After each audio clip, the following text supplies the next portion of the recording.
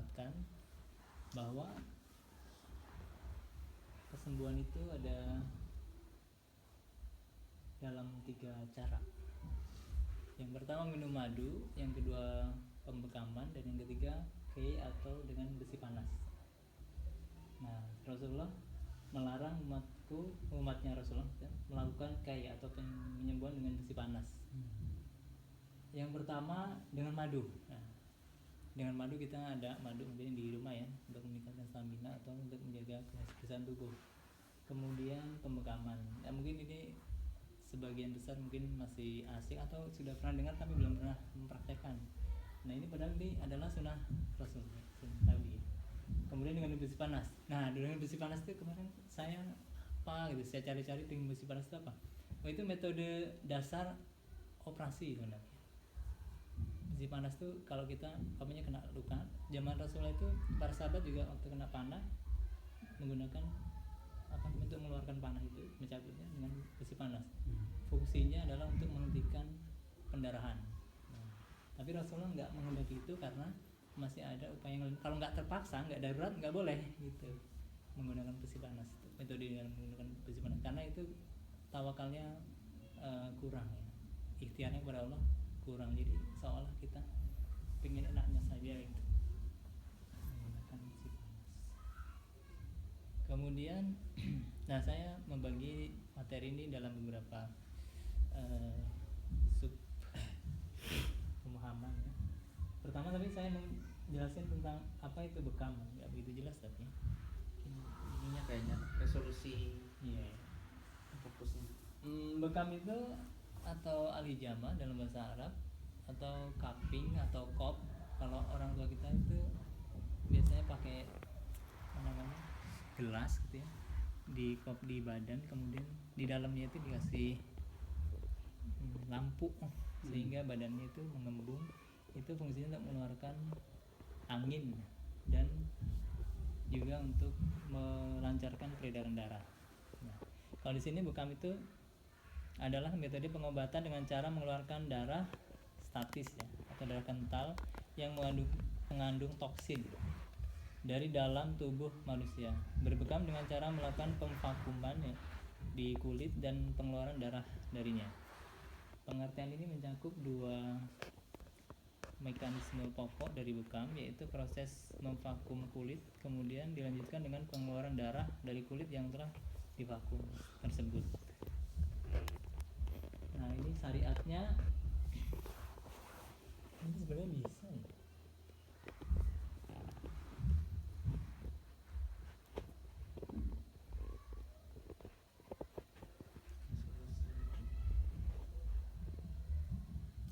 Rumah udah saya coba untuk ini bisa, tapi ininya dindingnya tidak kecil mungkin ya, jadi pecah ya. Nah, hadisnya dari Abu Raja dari Samurah radhiyallahu anhu berkata bahwa sungguhnya Rasulullah bersabda, sebaik-baik pengobatan yang manusia lakukan adalah dengan hijamah atau berbekam. Dari Anas bin Malik radhiyallahu anhu ditanya mengenai hijamah. Beliau berkata bahwa sungguhnya Rasulullah berbekam atau hijamah dan memerintahkan keluarga beliau, dan Rasulullah bersabda, sebaik-baik pengobatan yang kalian lakukan adalah dengan hijamah. Hadis dari Ibnu Abi Umar juga menyebutkan demikian, Sahih Muslim 1577. Hadis anjuran berbekam itu juga ada dari Ibnu Abbas radhiyallahu an dari Rasulullah SAW, sebaik-baik hari untuk hijamah adalah pada tanggal 17, 19, 21 Hijriah. Rasulullah SAW bersabda, aku tidak diperintah oleh para malaikat pada malam Isra kecuali para malaikat itu berkata, kerjakanlah hijamah ya Muhammad.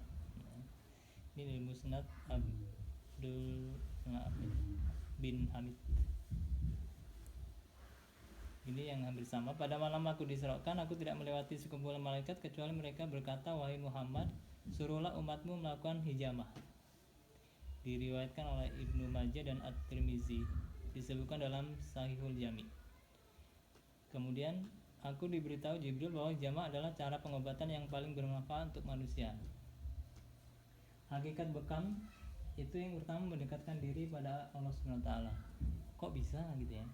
Karena dengan kesehatan itu kan kenikmatan yang pertama setelah kenikmatan imannya.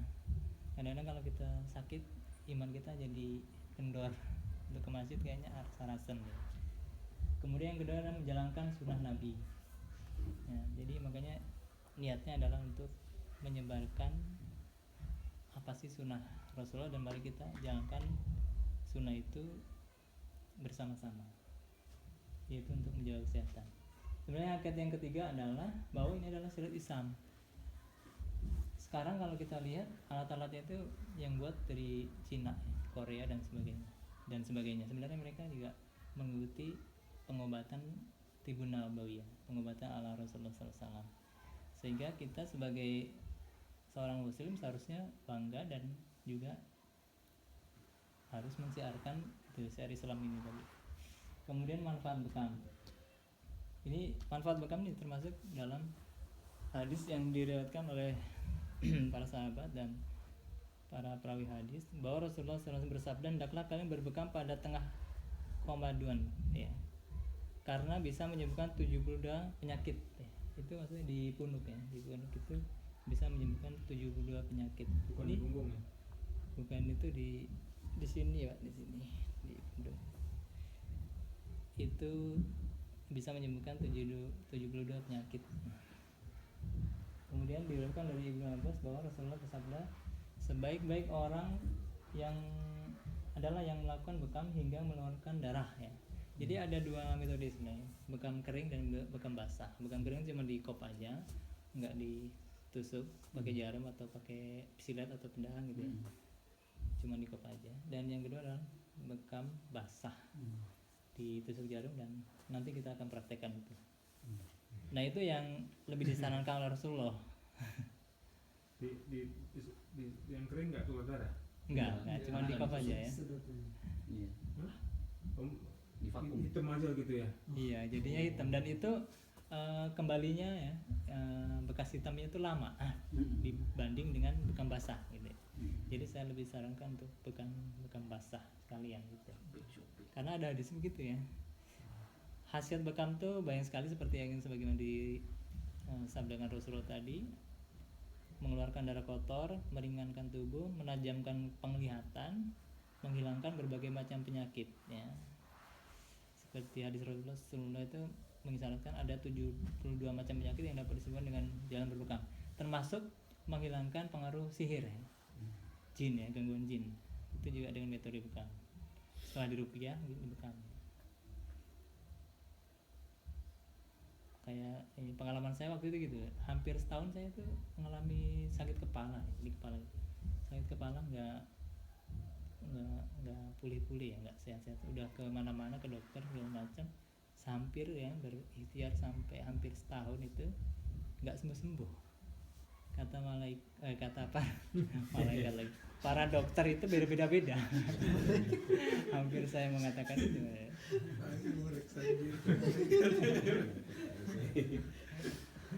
Kata para dokter, kalau di sini katanya malaria, sini katanya demam berdarah, di sini katanya tipes gitu, tapi nggak sembuh. Nah, suatu saat ada ini yang metode ruqyah yang saya datangi, dan itu udah mulai sembuh. Dan Ada yang basah, ada yang kering bukan? kemudian dari situ dianjurkan untuk berbekam. Nah, ternyata dibekam berapa kali ya? 3 kali ya. Yang ketiga kalinya itu di kepala ya, di kepala. Dan setelah itu bekam rutin sebulan sekali lah. Sampai pada akhirnya nggak perlu bekam lagi, sakit kepalanya sudah sembuh. Untuk bekam kedua kalinya itu udah terasa ya, nggak sakit kepala lagi. Nah itu yang saya bilang. Itu sebelum di sini ya?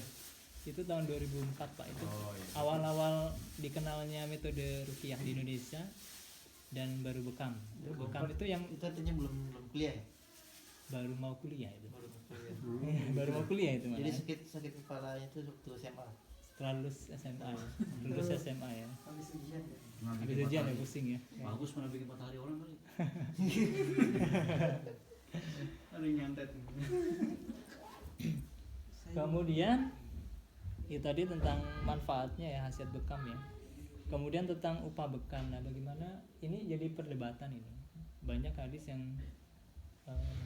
menganjurkan untuk berbekam, ada yang juga melarang untuk mengambil upah bekam, tapi ada juga para sahabat itu menemukan bahwa Rasulullah pernah meminta bekam dan dia memberikan upah gitu ya. Dan akhirnya perbedaan pendapat tentang bekam dan mengambil upah bekam itu disimpulkan hukumnya makruh, nggak sampai haram gitu ya, nggak haram ya. Terutama yang kalau yang menganggap haram itu terutama yang untuk penghasilan, karena ada satu hadis yang dipakai orang untuk menghalangi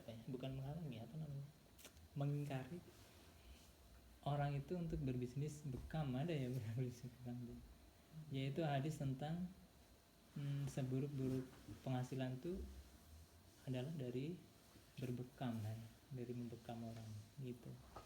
Nah, itu yang sering dipakai untuk menafikan bahwa bekam itu nggak boleh mengambil upah gitu, orang yang bekam kepada orang yang dibekam. Tapi buktinya Rasulullah pernah begitu dan para sahabat juga begitu, dibiarkan. Jadi kesimpulannya itu makruh. Makanya kemudian saya terinspirasi, kalau saya mau bekam orang, dulu pernah kan gitu, tapi nggak masang tarif yang nggak baik itu, yang masang tarif sekian gitu ya.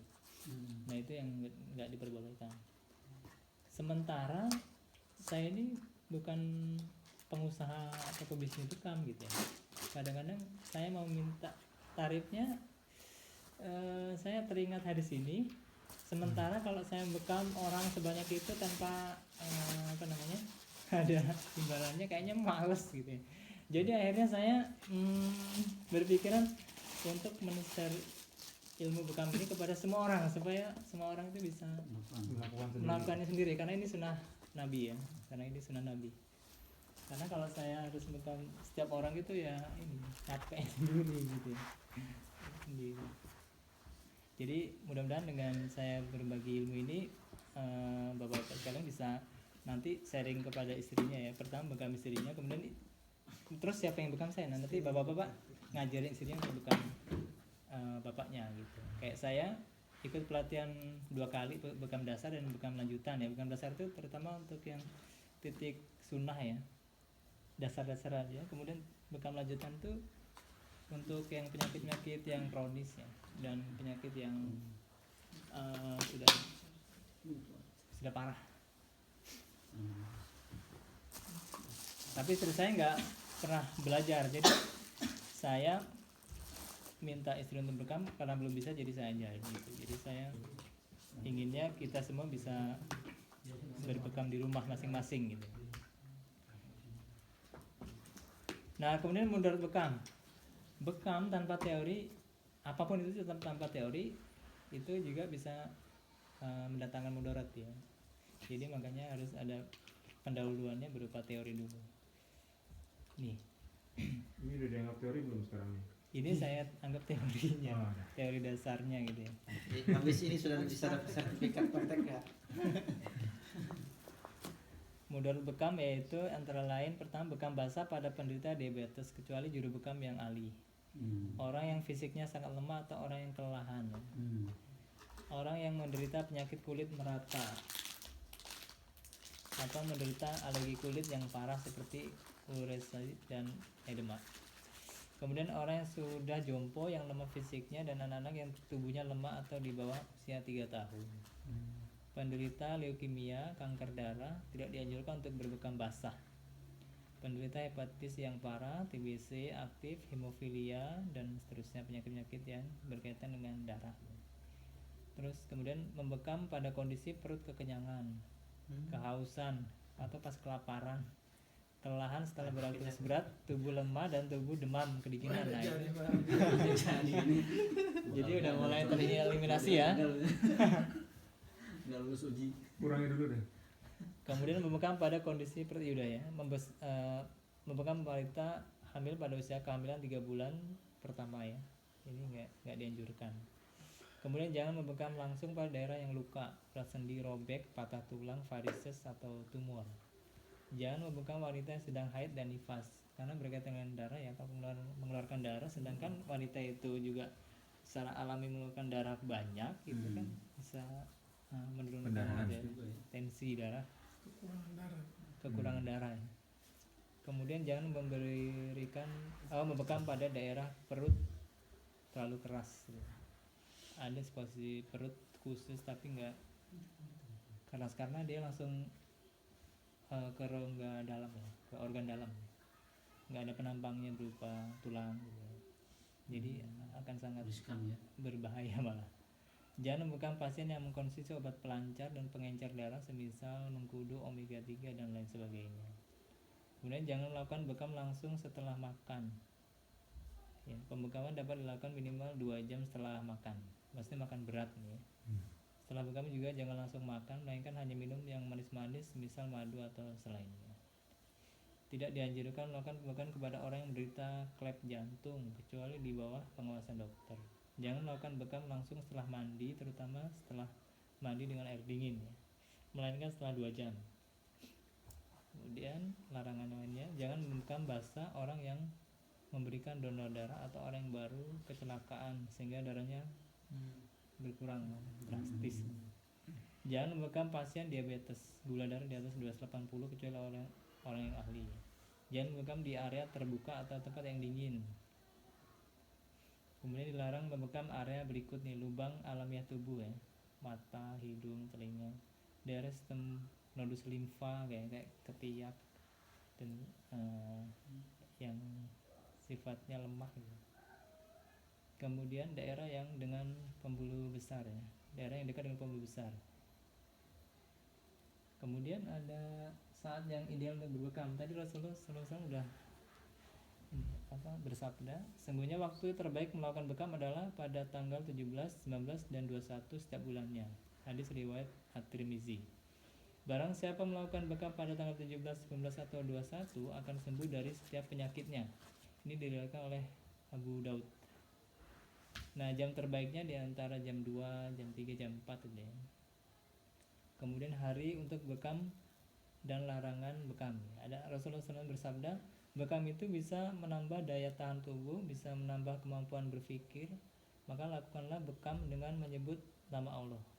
Namun jangan kalian lakukan pada hari Kamis, Jumat, Sabtu, dan Ahad. Lakukanlah pada hari Senin, karena lepra dan kusta hanya turun pada hari Rabu. Harusnya begitu ya. Tapi ini enggak para ahli bekam itu berpendapat bahwa yang terutama dihindari hari Rabu. Karena hari Rabu menurut hadis ini lepra dan kusta itu datangnya pada turunnya pada hari Rabu. Kemudian Rasulullah bersabda, berbekamlah kalian pada hari Senin dan Selasa, dan janganlah kalian berbekam pada hari Rabu ya, hadisnya. Dari Abu Hurairah secara marfu, barang siapa yang melakukan bekam pada hari Rabu atau hari Sabtu lalu ia terserang penyakit panu atau kusta, hendaknya ia menyalahkan dirinya sendiri. Jadi hindari aja hari Rabu dan hari Sabtu. Nah, ini yang terakhir. Sabtu, Pak. Yang terakhir. Kalau hitungannya ini udah masuk hari Minggu ya. Karena maghrib itu Rasulullah kan bukan dari maghrib ya, kalau bukan dari udah lebih dari maghrib. iya dari maghrib jam 12. Tetap jadi. Jadi aman Pak. Kenapa? Enggak Sabtu sekarang. Ahad. Nah, ini yang kita akan lakukan adalah bekam dasar ya. Bekam dasar itu yang sebelah kiri, tapi kita akan mempelajari tentang teknik dasar bekam 9 titik yang akan kita coba ya. Itu yang kanan itu adalah orang yang sedang dibekam. Kira-kira penampakannya seperti itu. Nanti kita akan melihat penampakannya secara langsung ya. Nah, sekian dari saya, itu kira-kira teori yang bisa saya sampaikan, mudah-mudahan bermanfaat. Nanti bisa dicari sendiri dalil-dalilnya, termasuk titik-titiknya ya, tapi paling enggak titik dasarnya sudah tahu ya, sudah tahu. Terakhir saya ingin menyampaikan bahwa ada riwayat seorang sahabat datang kepada Rasulullah SAW. Saya udah pernah cerita buat Pak ya waktu itu. Ada seorang sahabat yang datang kepada Rasulullah SAW. Ya Rasulullah, ini si fulan ini sakit diare dan dia tuh keluar apa feses ya, secara terus menerus, namanya diare ya. Kemudian Rasulullah mengatakan berilah madu, berilah madu. Kemudian dikasih madu lah si sahabat ini oleh si sahabat yang datang kepada Rasulullah. Kemudian dia datang lagi kepada Rasulullah. Ya Rasulullah, dia diarenya tambah parah, gitu, tambah parah. Kemudian Rasulullah mengatakan berilah madu, kasih madu lagi. Dikasih madu oleh sahabatnya itu. Nah kemudian belum sembuh juga, malah tambah parah. Si sahabat datang lagi pada Rasulullah. Ya Rasulullah, ini si fulan ini malah tambah parah dikasih madu ini. Gimana Rasulullah? Kemudian Rasulullah mengatakan bahwa Allah itu tidak akan pernah dusta. Yang dusta itu adalah perut si fulan. Kasih madu. Akhirnya untuk ketiga kalinya dikasih madu dan sembuh. Saya cari-cari apa namanya, perawi, kemudian hadis ini tuh berkisah tentang apa? Ternyata berkisah tentang meminum madu itu ada dosisnya. Jadi menjadi dasar bahwa meminum obat juga ada dosisnya, gitu ya. Itu yang pertama. Yang kedua saya pikir bahwa penyembuhan yang sudah disebutkan oleh Rasulullah melalui hadisnya, baik itu meminum madu ataupun berbekam, ya, itu kan datangnya dari Allah dan diajarkan, ya, disampaikan oleh Rasulullah untuk dilaksanakan sebagai sunnah. Jadi ikhtiar kita adalah meyakini hal itu ya sebagai sunnah, dan kita percaya bahwa itu adalah penyembuhan yang terbaik gitu. Jadi saya ingin menyampaikan bahwa kalau umpamanya ada masalah tentang bekam, kemudian kita kok nggak sembuh-sembuh ya gitu ya. Pertama kita harus berpikir apa kita salah dosisnya gitu ya, bekam itu, atau salah caranya, atau yang kedua keyakinan kita terhadap sunnah itu sudah kuat atau belum gitu. Nah itu yang kira-kira yang bisa saya sampaikan. Mudah-mudahan bermanfaat. Selanjutnya kita akan, sebelum praktek tanya jawab dulu Pak. oh iya ya mungkin ya, kalau ada yang bertanya silakan. Sebenarnya saya nggak buka sesi tanya jawab tadi. Itu tadi Pak Agus yang Tapi gambarnya. boleh dinyalain ini. Iya ya silakan Pak. Tapi nggak kelihatan ya kalau lihatin gambar ya. Nggak apa-apa, ini udah selesai kok. Mau yang mana nanti saya jelaskan. Pak Agus, Iya gimana Pak? itu kan yang gambar kan banyak itu kan. Oh, Itu kalau bekam harus dibekam semua apa? Maksudnya satu kali bekam itu semua titik harus dibekam, atau bisa dipilih misalkan beberapa titik saja. yang bekam dasar itu minimal 9, tapi itu nggak jadi acuan saklek ya untuk bekam ya. Bekam itu bisa dipilih mana yang kira-kira paling efektif ya untuk meredakan keluhan kita. Cuma satu aja di kepala juga nggak apa-apa gitu sebenarnya, nggak harus semuanya Pak. Ada teorinya nggak? Misalnya kalau yang punggung apa bahu sebelah kanan nih untuk fungsinya untuk ini ada ya? Itu di materi bekam lanjutan ada. Semuanya semuanya dijelaskan, termasuk kalau saya pernah ikut di pelatihan bekam lanjutan itu, metode untuk mengenali gejala-gejala penyakit, termasuk mendiagnosa penyakit ya, dari mata dan Iridiologi. iridologi ya, iridologi dan telapak tangan. Nah, Kalau itu ya Pak ya. Pak Ardian. Iya, tadinya beberapa komentar, beberapa pertanyaan juga. Pertama, dia tambah yakin gitu kan, ternyata udah 12 tahun kan beliau kan pemain bekam gitu. Maksudnya kan kita kalau tidak mempromosikan diri sendiri juga nggak tahu Pak Agus nih, mohon maaf nih ya. Alhamdulillah ya mempromosikan kan bukan berarti pamer kan, ya berbagi ilmu lah, ada forumnya di sini kan. Ya tadinya saya pikir kemarin kalau masalah bekam ya sebenarnya tahu aja pernah bekam tahun 2003 2004, cuma habis itu nggak pernah lagi gitu. Ya, itu yang kedua ada perkara keyakinan tadi kan, memang karena sunnahnya Rasulullah ada, walaupun tadi beberapa hadis kan derajatnya disebutnya kan marfu ya. Ya kita tidak melihat itunya saja gitu kan, prakteknya kan masih banyak yang mendukung juga yang lain, dan itu juga bagian dari menghidupkan sunnah. Marfu itu terutama yang bagian mengambil upah dari bekam. Nah, marfu Kalau itu aja ya, bekam bekamnya sendiri itu bagus ya, sahih semua. ya mantap. Nah, dan yang berikutnya nih secara realistis nih Pak, kira-kira ini kan kalau disebut pengobatan alternatif, realistisnya dalam kalangan medis nih ya, umum itu apakah ada semacam di Indonesia ya, mungkin bagus tahu atau mungkin di ini yang wadah yang mengelola, atau mungkin juga ada bentuk pengakuan, atau memang ya terlepas dari itu sunnah dan ideologis gitu ya, secara medis sisi umum pun terbukti, atau mungkin bahkan pelaku-pelaku pembekaman itu justru banyak dokter umum gitu yang segala macamnya mungkin menguatkan kita, atau gimana tuh? Menurut pengalaman saya Pak ya, yang ikut pelatihan bekam itu juga kalangan perawat, dokter, Para medis ya. para medis ya, gitu ya. Jadi kita tidak mendikotomikan antara cara penyembuhan yang medis maupun non medis ya. Kalau ini dianggap alternatif ya memang alternatif ya, yang disediakan oleh Rasulullah, dan Rasulullah memberikan hadis ini ya secara tegas bahwa umatnya ini dianjurkan bahkan diperintahkan untuk berbekam. Itu yang pertama. Yang kemudian yang kedua, ini yang biasa biasa dijadikan bahan jadi kayak perdebatan gitu ya. Padahal itu berkaitan dengan cara ya, bukan berkaitan dengan ini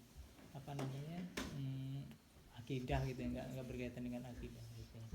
Jadi kan masalah cara ya. Oh dulu bekam itu nggak ada namanya pakai bahan cara-cara alat-alat yang modern gitu ya. Dulu hanya pakai tulang, pakai pedang gitu ya. Kalau sekarang pakai silet yang agak mirip gitu ya. Kalau itu dianggap hal yang menyimpang, maka kembali lagi kepada keyakinan dan keimanan kita gitu ya, kepada sunnah Nabi gitu ya. Saya kira nggak ada pertentangan dengan dunia medis Pak, jadi jangan membenturkan antara ini ya, alternatif ini dengan medis gitu ya, karena medis juga mengakui bahwa bekam ini adalah metode untuk mengeluarkan toksin ya secara langsung. Dan mereka sudah membuktikan, saya pernah baca artikel bahwa ternyata setelah diteliti, darah yang dikeluarkan melalui metode bekam itu adalah memang darah kotor. Ya, bukan darah yang darah yang berfungsi untuk menurunkan sari-sari makanan atau yang beredar di tubuh kita yang bermanfaat bagi tubuh, bukan. Tapi memang darah kotor gitu. Nah, terus ini ya insya Allah sih kalau kita sih dominannya karena keyakinan lah ya, ini sudah nah tentu tetap jalan itu ya.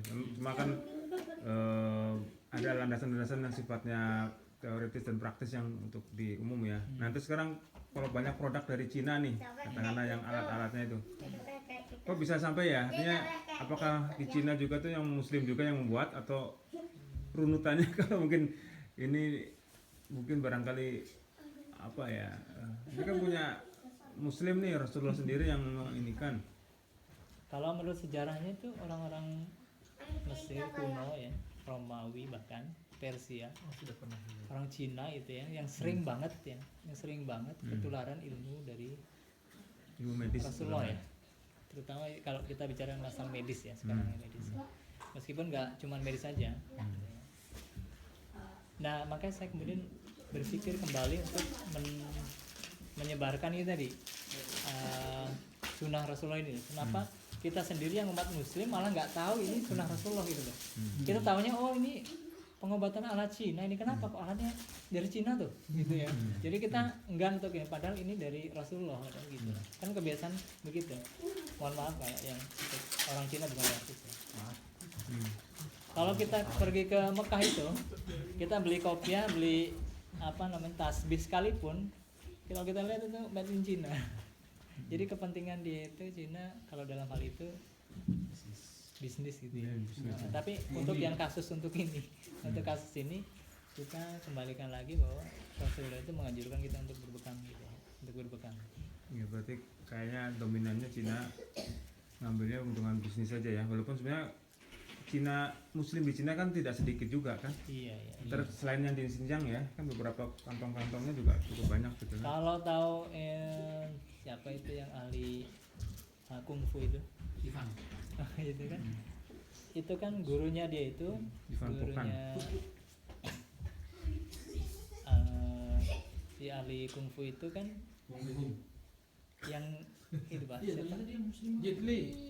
Dia ceritanya Di atasnya Jet Li lagi, Bruce Lee. Nah, Bruce Lee. Nah. Gurunya Bruce Lee itu adalah Bruce Lee. Ip Man.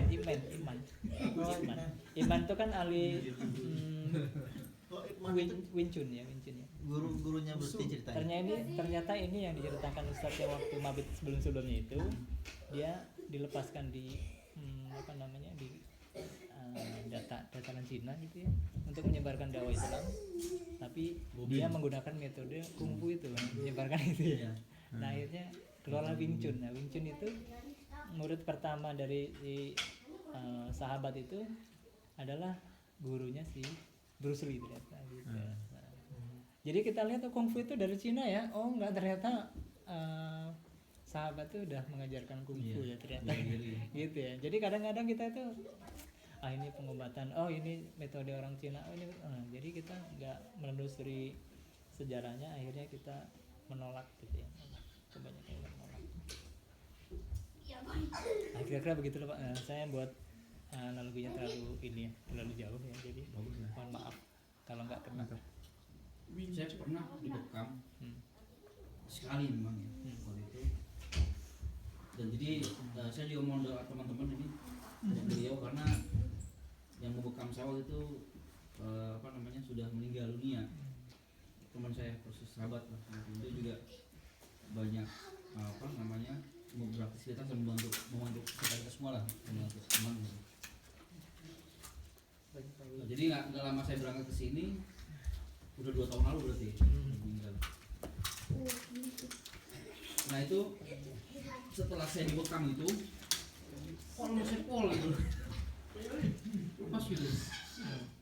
Nah itu kira-kira baiknya bagusnya habis kita dibekam itu, memang saya diperlihatkan itu hasilnya, kepala saya di ini, terus sini punuk gitu kan. Ya pokoknya benar yang Pak Agus bilang itu, titik-titik itu semuanya itu. Karena memang saya sering beraktivitas malam juga kan, karena saya ya saya cerita ke istri saya, itu enak gitu, kayak motoran terus lah gitu. Masuk angin. Nah, akhirnya ya teman saya menyarankan dibekam saja, masih pulang dan saya gitu. Wah, akhirnya saya undang ke rumah gitu kan.